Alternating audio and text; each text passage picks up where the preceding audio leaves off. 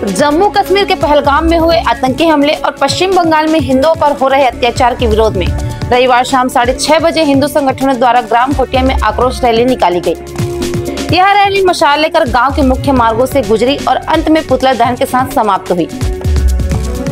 प्रदर्शनकारियों ने पश्चिम बंगाल की मुख्यमंत्री ममता बनर्जी पर आतंकियों और उनके समर्थकों का समर्थन करने का आरोप लगाते हुए उनका पुतला दहन किया।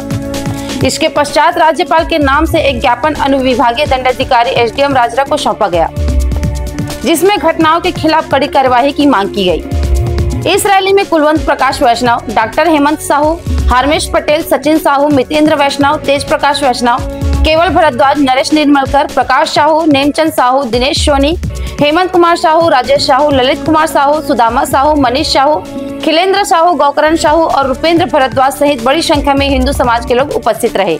आगे अपडेट के लिए हमारे news channel MKS studio CG पर बने रहें।